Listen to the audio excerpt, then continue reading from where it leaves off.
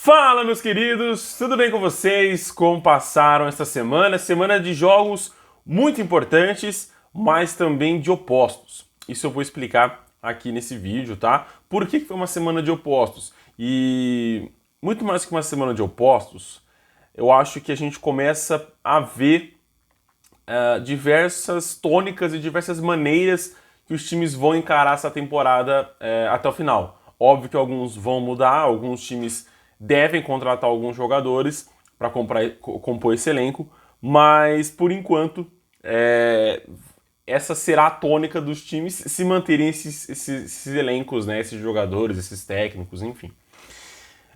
Vamos começar aqui então um bate-papo, né? A gente conversando aqui sobre os jogos, e eu já vou adiantar para você ir deixando no comentário também a sua opinião dos jogos que eu vou comentar aqui, tá? Vale ressaltar que a gente comenta as 20 principais os jogos das 20 equipes da Série A do futebol brasileiro, do Campeonato Brasileiro. Então, sempre a gente acaba tendo uma alternância aí, né, ano a ano, de novas equipes entrando na Série A e novas equipes deixando a Série A, mas sempre vão ser as 20 equipes. Fechou? Meus queridos, seguinte, eu vou pedir então para você curtir esse vídeo, compartilhar com seus amigos, ver se você não é inscrito aqui, se não for, se inscreve aqui, pô, dá essa ajuda, fica aqui no canal uns 5 vídeos, assiste uns 5 vídeos aqui do canal, se você gostar, você mantém, se não, você sai aí, só deixa a opinião sua, porque que tem que melhorar, para que você fique aqui na Rede com Todaro. Fechou? Eu sou Gabriel Todaro, seja muito bem-vindo ao Na Rede com Todaro e bora tocar o barco. Eu vou começar logo com jogos que eu não quero me prolongar muito, mas que são opostos entre si. São dois 0-0, o primeiro, e os dois da Libertadores, né? O primeiro é o do Carabobo com o Atlético Mineiro, né, que aconteceu lá na Venezuela, e o Atlético saiu com empate 0-0. E o segundo foi o Deportivo Maldonado do Uruguai, 0-0 também com Fortaleza. Aqui é o seguinte, gente, eu acho que são opostos pelo seguinte motivo. Você pega o elenco do Atlético Mineiro e você pega o elenco do Fortaleza, e o que essas duas equipes se reforçaram para essa temporada, é preocupante o Atlético não conseguir jogar com seu principal jogador, né, que é o atacante Hulk. A equipe não desempenhou um bom futebol, em inúmeros momentos, talvez se fosse uma equipe mais bem preparada do que o Carabobo, o Atlético poderia ter sim voltado com uma desvantagem desse mata-mata. Né? Então o Atlético não jogou bem, não foi um jogo maravilhoso do Atlético, foi um jogo medíocre para ruim do Atlético Mineiro, tá bom? Inclusive, se o Carabobo aproveita a oportunidade que o Everson fez um milagre, o Atlético sairia perdendo já no primeiro tempo. Né? Então, assim, é um jogo muito abaixo do que o Atlético vinha desempenhando na temporada, que inclusive está passando sim por altos e baixos. O Atlético, por enquanto, não deslanchou na temporada do Mineiro, pegou o Cruzeiro e passou um perrengue danado, mesmo com o Hulk em campo. Então, assim, vamos ver como que o Atlético vai desempenhar para essa temporada. A última já não foi boa, já com muita cobrança da torcida, e essa vai se repetindo para mais uma vez ser uma temporada contestável por muitos, inclusive por mim até aqui. Já o Fortaleza não tem um elenco badalado como o do Atlético. Apesar de ter um excelente técnico que é o Vojvoda, o Fortaleza é aquele time do Campeonato Brasileiro que você vê que o elenco vai brigar pelo meio para cima ali, né? Mas não vai brigar diretamente pelo G4, não vai brigar diretamente por uma liderança do campeonato, mas é um elenco que vai brigar ali por uma vaguinha na Libertadores ou mesmo para ter uma vida mais tranquila no Campeonato Brasileiro. O Fortaleza está jogando muito na temporada pela Copa do Nordeste, pelo Cearense. Óbvio que tem alguns jogos que está oscilando, né, como o próprio jogo no Clássico contra o Ceará. Mas esse jogo aqui, eu achei que o Fortaleza foi bem.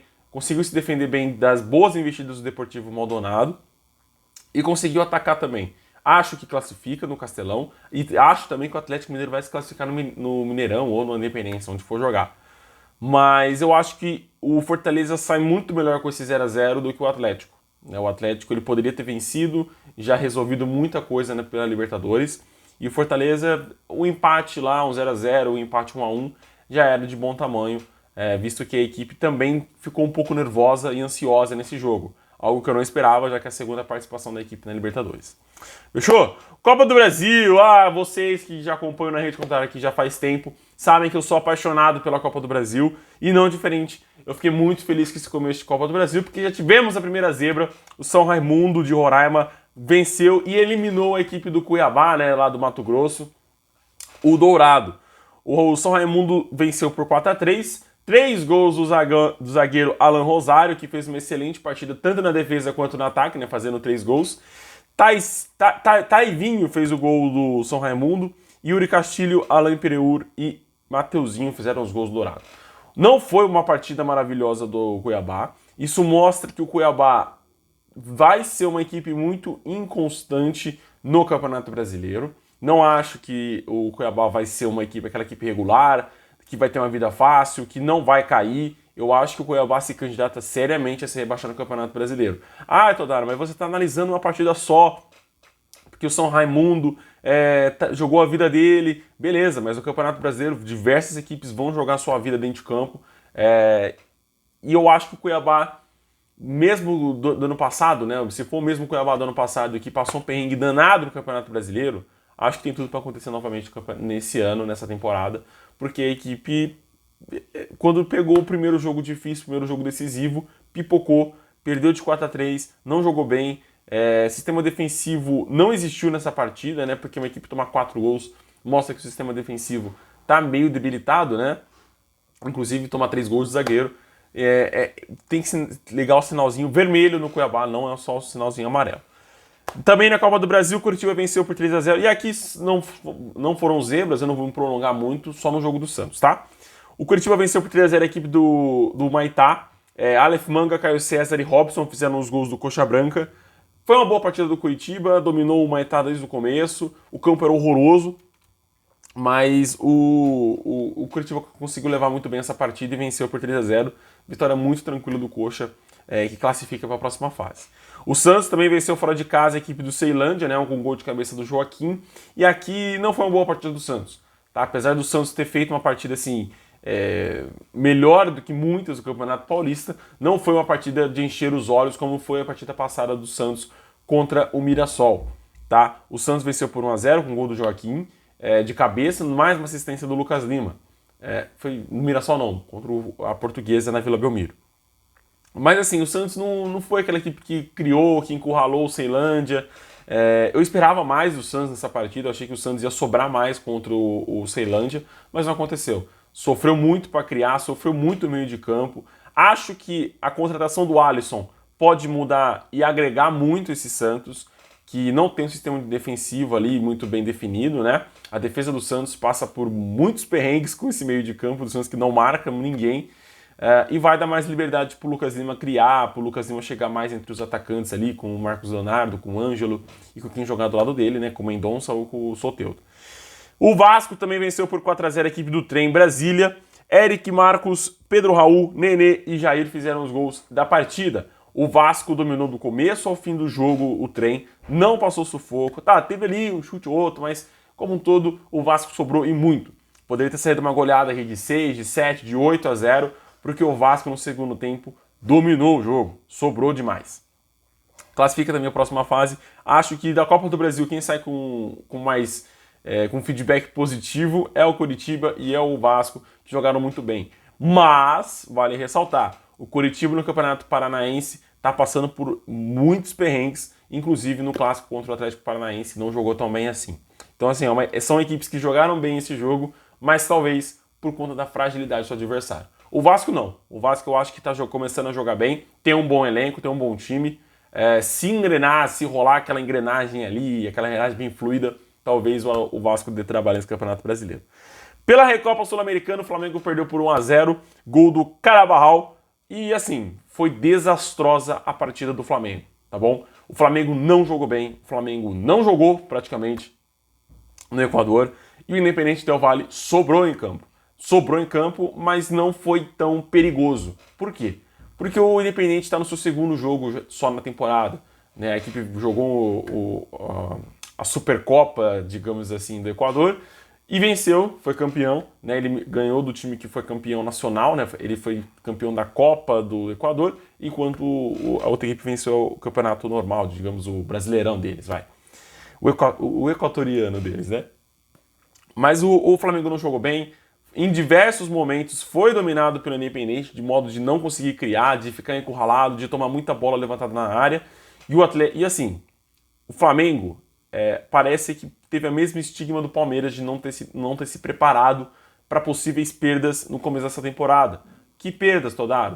O Palmeiras em relação ao Danilo e o Flamengo em relação ao João Gomes. O Flamengo não tem marcação no meio de campo. O meio de campo do Flamengo, assim como o do Santos, que eu acabei de falar, não tem um cara que vai marcar, que vai segurar a bucha ali no meio de campo. O Vidal não conseguiu fazer esse papel contra o Independente Del Valle. Será que vai conseguir fazer ao longo da temporada? Contra o Atlético Mineiro, contra o Palmeiras? Eu acho que não. Eu acho que o Flamengo precisa ir ao mercado contratar um volante urgentemente. Tá bom? Acho, inclusive, que o Flamengo poderia entrar nesse negócio pelo Andrei Santos, né? Que é o meia aí que tá indo pro Palmeiras, pro Vasco, não vai acabar indo para ninguém. O Flamengo poderia ir atrás dele para suprir essa perda do João Gomes, tá bom? O Flamengo tá passando muito perrengue na sua defesa, o ataque não tá funcionando bem, e quando funciona, quando tem uma oportunidade, o Gabriel perde. Mas ele já é um atacante conhecido por perder muitos gols. O aproveitamento do Gabriel, infelizmente, é baixo, né? É baixo, vai.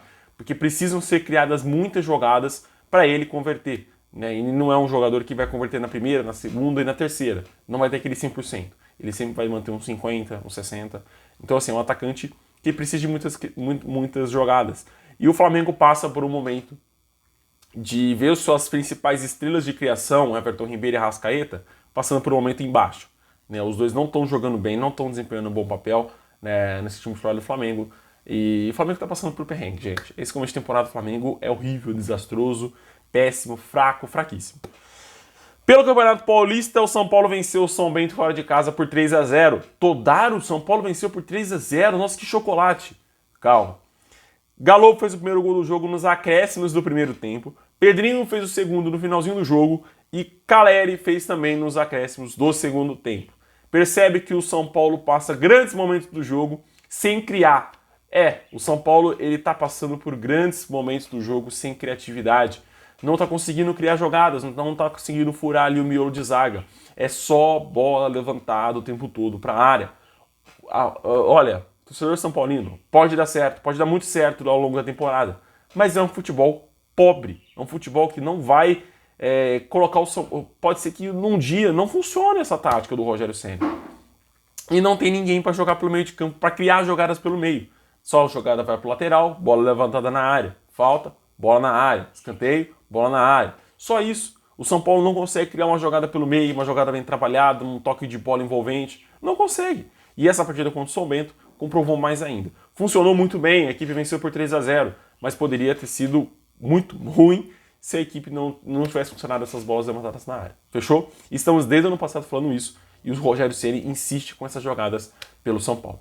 Também pelo Paulista, o Palmeiras venceu por 2-0 a equipe do Red Bull Bragantino. Rony e Breno Lopes fizeram os gols do jogo. Um jogo muito fraco do Palmeiras. O Palmeiras tomou muito sufoco do Red Bull Bragantino, que teve mais de 20 finalizações durante o jogo. Poucas foram no gol, acho que 8 foram no gols e foram muito bem interceptadas pelo Everton, goleirão do Palmeiras. O Palmeiras fez um gol no primeiro tempo com o Rony e outro gol no segundo tempo, no finalzinho do segundo tempo com o Breno Lopes. É muito pouco para o Palmeiras, é muito pouco para essa equipe que vai desempenhar bons jogos ao longo da temporada, jogos mais decisivos ao longo da temporada. E nesse jogo específico, eu senti o emocional, o psicológico dessa equipe muito abalado, né? Muito inconstante durante a partida. Mas vamos ver como o Palmeiras vai desempenhar ao longo do jogo, da temporada. Goiás 3-0 no União Rondonópolis pela Copa Verde, Gabriel Novaes 2 vezes e Felipe fizeram os gols do Esmeraldino, um jogo que eu não assisti porque não teve transmissão. Bora tocar pro próximo, que é a Copa do Nordeste. O Sport venceu por 6-0 a equipe do Bahia. O Bahia vai passar por muitos perrengues essa temporada, é inegável. Luciano Juba 2 vezes, Jorginho e Wagner Love 2 vezes e Sabino fechou a goleada, o 6-0, o belíssimo chocolate. E aonde, né, o Sport sobrou em campo, no psicológico e no físico sobre o Bahia. Foi um verdadeiro chocolate, uma aula de futebol. A Caldense perdeu pro Cruzeiro em casa por 2-1. Daniel Júnior, Bruno Rodrigues fizeram os gols do Cabuloso e o Patrick descontou com um belo gol de bicicleta em cima do Cruzeiro.